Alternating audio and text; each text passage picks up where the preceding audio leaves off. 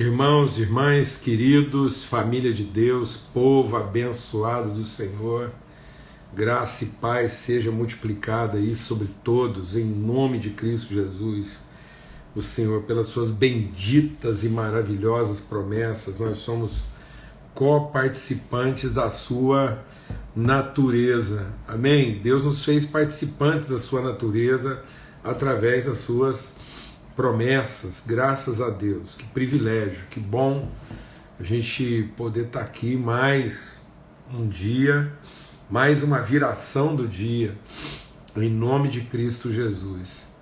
Nelson, Judite, que bênção maravilhosa o testemunho que eu recebi de vocês.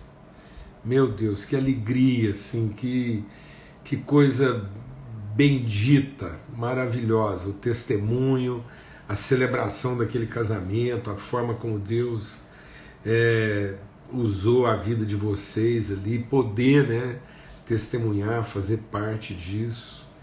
Então, assim, muito bom. Fernanda está lá, firme, Fernanda, no seu trabalho, graças a Deus, né? Foi muito bom a gente conversar ontem. Então, Nelson, Judite, olha, receba o nosso abraço, a nossa gratidão de vocês terem repartido isso com a gente. Nelson e Judite são pastores e também têm tido um trabalho, um ministério aí de participar, né, de cerimônias de casamento, de união, e tiveram aí uma coisa inusitada que foi fazer o casamento de dois deficientes visuais.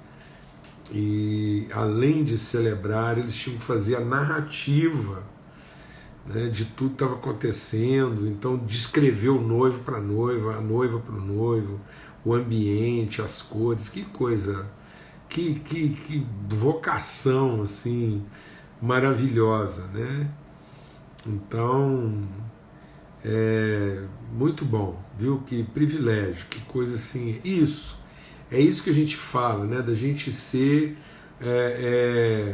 a gente poder materializar virtude, né? Sermos instrumentos de Deus, esse esforço nosso de ser materializador de virtude. Que é isso que a luz faz, né? A luz identifica, ela define, ela revela o que está oculto. Então, por isso que a questão da luz está associada aos olhos, né? Se os nossos olhos forem bons, né, então quanta luz haverá na nossa vida. Mas se os nossos olhos forem maus, então quão profundas serão as nossas trevas. E o trabalho que vocês fizeram, ele traz muito daquilo que é o papel do Evangelho, né? Amém?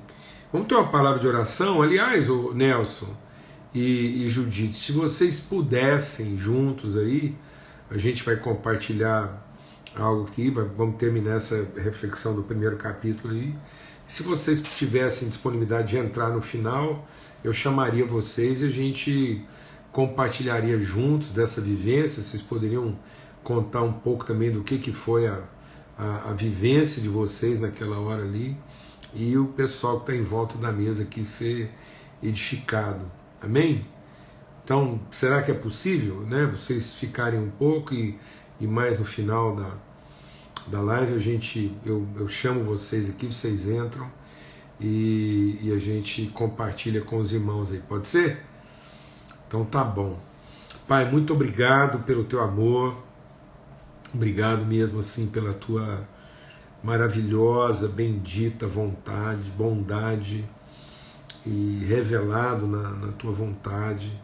O Senhor é bom e a sua vontade é comungar, é partilhar, é transmitir da tua bondade, nos tornar instrumentos da tua bondade. Nós queremos ter esses olhos, né, um olhar de quem vê o que é perfeito e trabalha para o aperfeiçoamento. Esse tem que ser o nosso esforço, o nosso empenho.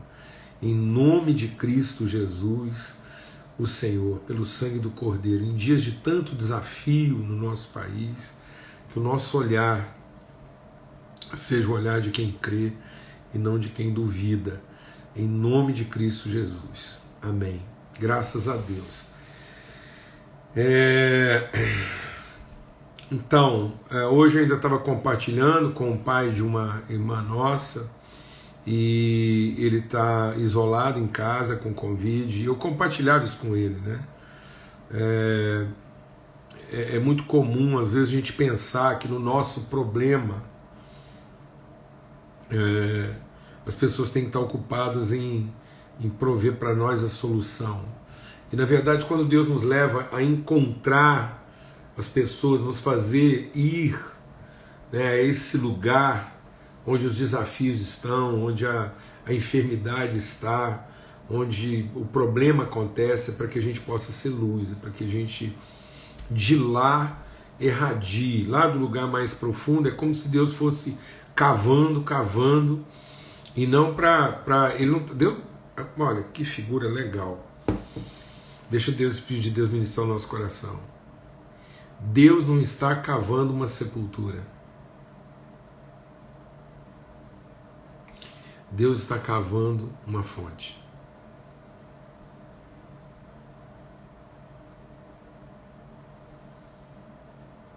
Deus não está cavando uma sepultura. Quando você vê Deus abrindo um buraco, esse buraco ficando fundo, aquilo não é uma sepultura onde Deus quer enterrar. Aquilo é uma fonte onde Ele vai depositar uma semente. Por isso que nós somos a semente depositada. Então, quando Deus nos leva a um lugar profundo para encontrar as pessoas que estão nesse lugar profundo, é para que a gente possa irradiar a vida de lá, para que a gente venha como instrumento de vida vivificando a partir desse lugar. É o que Paulo diz: naquilo que nós vamos sendo consolados, nós vamos consolando a outros. Então nós somos os olhos, né? Nós somos a percepção, nós somos a luz que brilha no meio das trevas, né? E as trevas não prevalecerão e não prevalecem contra ela. Amém? Então, é o que nós estamos lendo aqui em Colossenses, no capítulo 1, e Paulo vai então testemunhar isso, né? Ele diz: olha, então, o meu empenho, a minha oração, o meu esforço é para que todos sejam plenos desse conhecimento, plenos dessa sabedoria e plenos desse discernimento. Então é um conhecimento pleno porque é de uma interioridade, né? É de uma profundidade, é o mais profundo do nosso ser. Essa sabedoria porque é carregada de sensibilidade.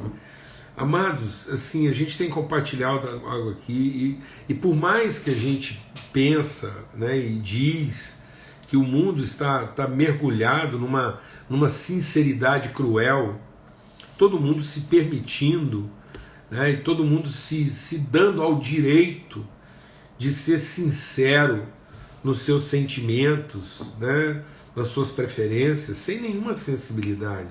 Olha o que está acontecendo essa semana nesse país, né? Agora, para tornar a situação ainda mais cruel,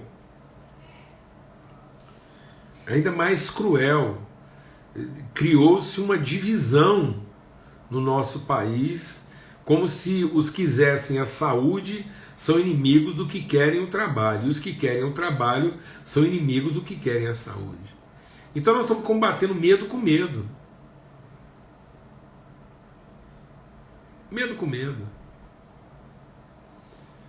Não somos cuidadores uns dos outros, não somos luz uns para os outros, no sentido de trazer paz, de modo que na nossa condição a gente possa pensar o outro.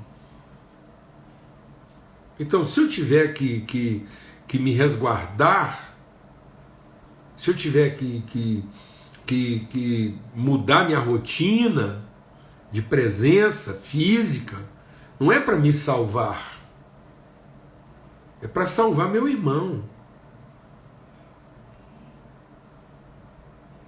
E se eu tiver que preservar minha atividade profissional, não é para sobreviver,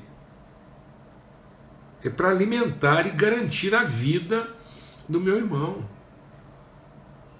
Nós não podemos trocar medo por medo, né? Nós somos a luz nas trevas, nós somos a luz. Então nós como igreja, nós como povo, família de Deus, estamos sendo chamados a esse pleno conhecimento, essa alegria, essa gratidão. Então nesse momento agora, com profunda tristeza e com transbordante alegria, nós vamos cumprir o nosso papel sem medo. Nós vamos enfrentar essa realidade de profunda tristeza, movidos de uma intensa alegria e gratidão, porque estamos aqui para sermos os olhos uns dos outros. Amém?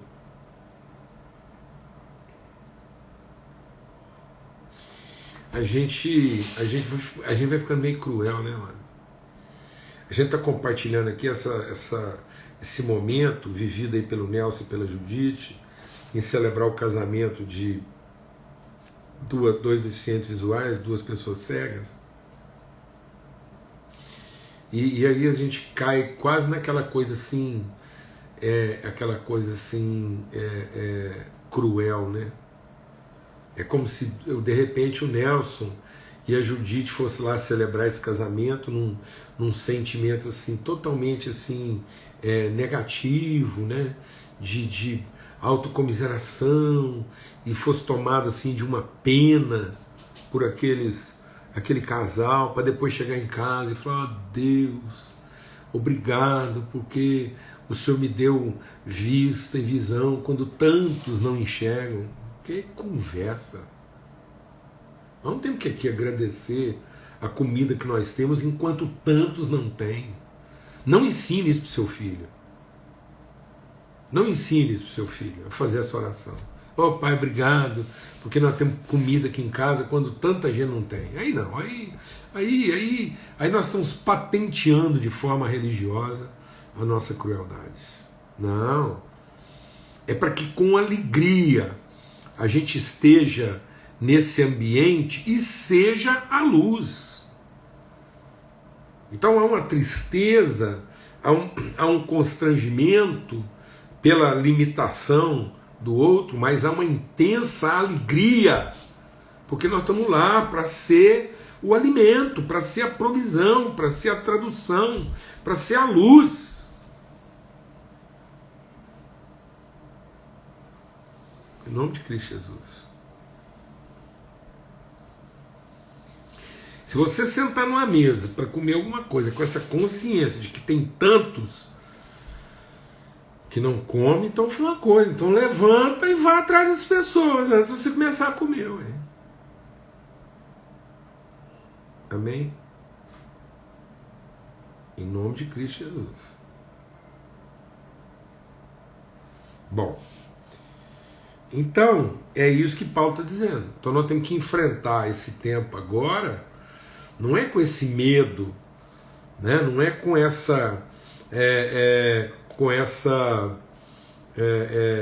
amargor.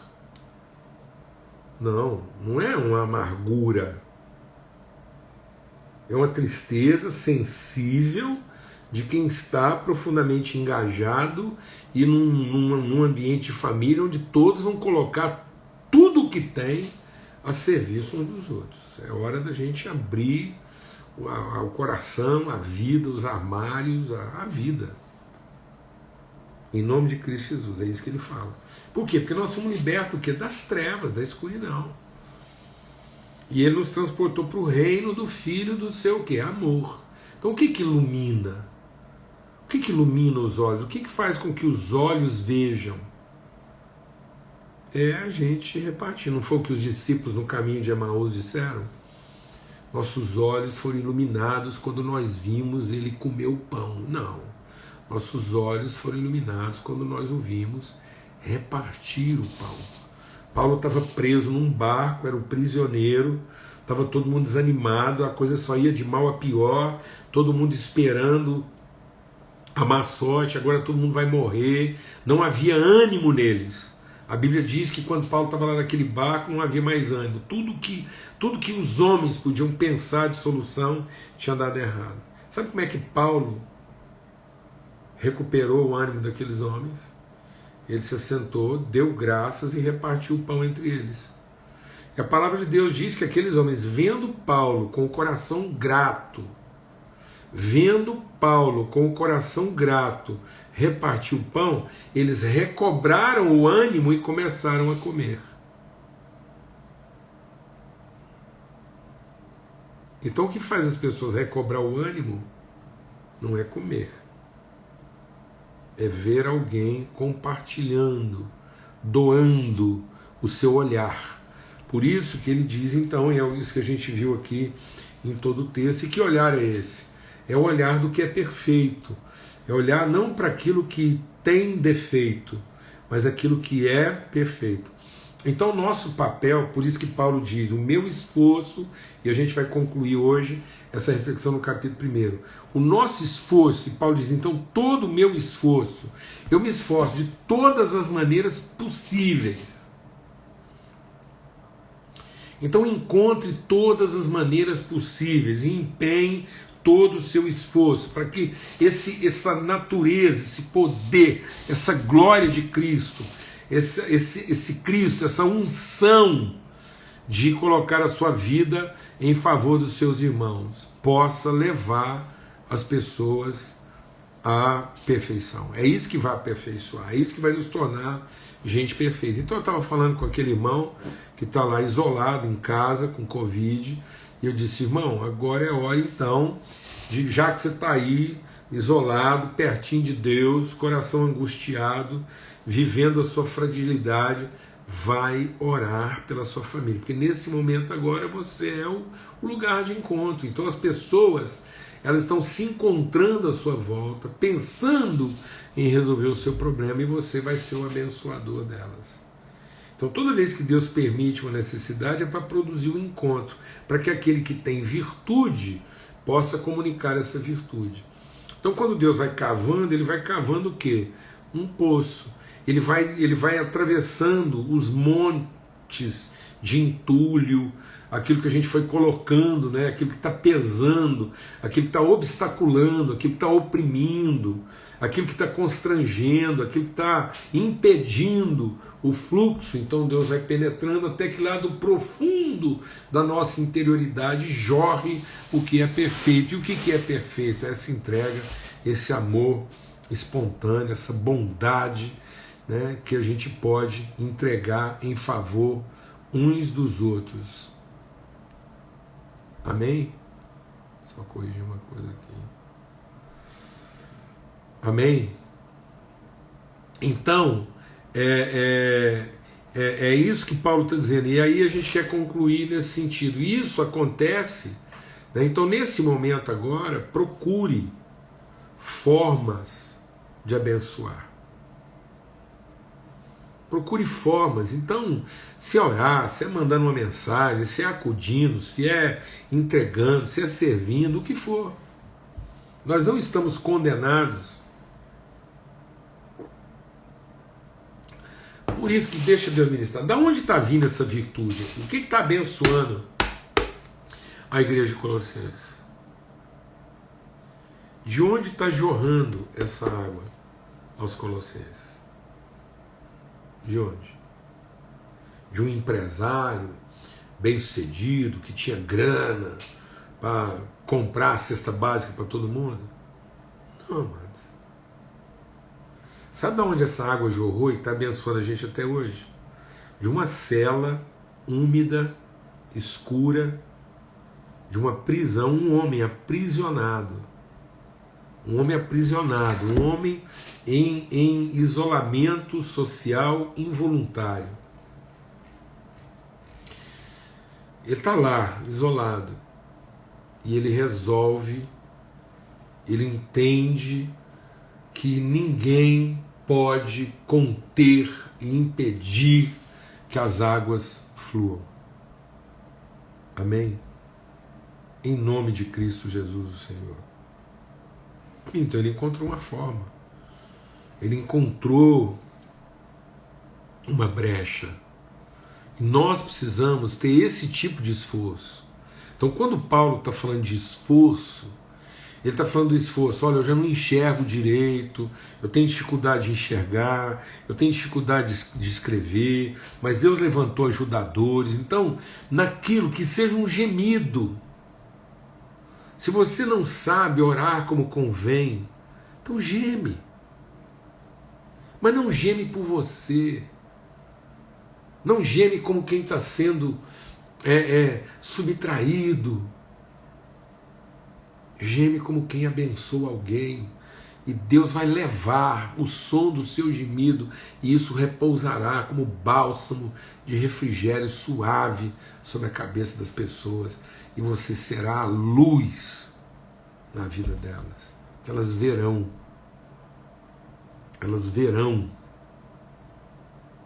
a sua luz e glorificarão a Deus. Amém? Nelson e Judite, vocês estão aí? Eu posso chamar vocês? Se vocês me derem um sinalzinho aqui, eu chamo vocês e a gente... Então, ontem a gente falou sobre essa separação, né, entre trabalho e emprego, e aí a pergunta foi, mas a Bíblia não diz que... Pronto, acho que alguém até percebeu aqui que eu estava com ar-condicionado. Melhorou o som aí agora? Pronto, estava um ruidinho chato aqui, né? Então, mas a Bíblia não diz que eu não vou comer do fruto do meu trabalho. É isso. Então, Nelson, vou chamar aqui. Pronto, eu queria... Então, o fruto do nosso trabalho não é o salário, não é o ganho. O fruto do nosso trabalho é ver as pessoas sendo abençoadas. Nelson, meu irmão. Paulo, que alegria. Oh, meu Deus, Judite. Aleluia. Vida, meu Deus, é bem aí. Aperta nessa telinha aí. Tanto privilégio. Que coisa mais assim, materializante de virtude. Que responsabilidade, Judite, você descrever a beleza do noivo, da noiva, escrever como é que está cada um. Meu Deus, eu fico pensando, a gente tinha que fazer isso o dia inteiro. Não é? Esse é o nosso trabalho, né? Isso. Em vez de tentar os defeitos, você ter olhos de Deus para salientar, para destacar toda virtude na vida do outro. Não é isso? Não foi como você se sentiu? Foi. Exatamente. E isso foi assim, um momento, né, muito gratificante e ensinou muito para nós, porque hoje nós vimos que nós temos que, com as nossas palavras, aquilo tudo que nós temos de Deus, falar para as pessoas, que é o que nós fizemos aquele dia, né? Porque tinham, além do casal ser deficiente visual, tinham muitos convidados. E nós tivemos assim a oportunidade de conversar, de falar com eles. Foi muito rico. 1/3 da plateia também eram deficientes visuais. Imagina isso. Então, nós aprendemos muito. Ô, Nelson, Ué. 100% de todos os nossos eventos são deficientes visuais. Não, mas exatamente. A gente que não se dava conta disso. E aí Deus levou vocês. Não, Paulo, irmãos e Paulo, na verdade, o que a gente viu lá, quem era deficiente visual, era eu e a Judite, porque ele não tinha deficiência nenhuma. Para os irmãos terem uma ideia, o casal, principalmente o noivo, ele é DJ e conserta todos os aparelhos. Não tem nenhuma limitação, nenhum constrangimento. E para nós foi um privilégio muito grande, porque nós também incrementamos muito do que nós aprendemos do Senhor através de você, Paulo. Uhum. E a alegria que repartimos lá com eles, um pouco vinha de você. Porque a gente aprendeu a amar as pessoas como elas são e não como a gente quer. Então isso foi muito precioso e a gente viu também que é aquilo que o senhor fala, melhor dois do que um. Foi muito rico. Foi muito rico. E é tão forte, né, quando a gente tem esse entendimento de que o nosso olhar pode mudar o olhar das pessoas, né? Sem Então, dúvida. nós podemos ter o olhar de quem só vê os defeitos, né? E a gente, na verdade, pode ter o olhar de quem só vê o que é perfeito, ainda que não Isso. esteja totalmente aperfeiçoado. Então, sem dúvida alguma, Tá, existem coisas ali para serem. tá.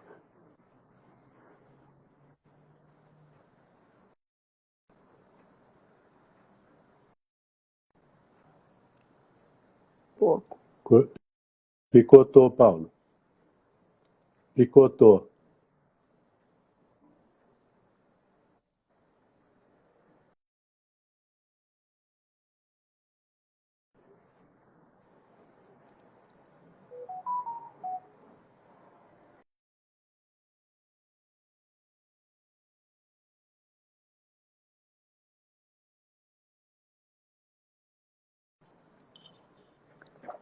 Aí. Tá rodando isso, quinta-feira. Tá mudo, Paulo. Tá cortado. Peraí. Não. Oi, Paulo.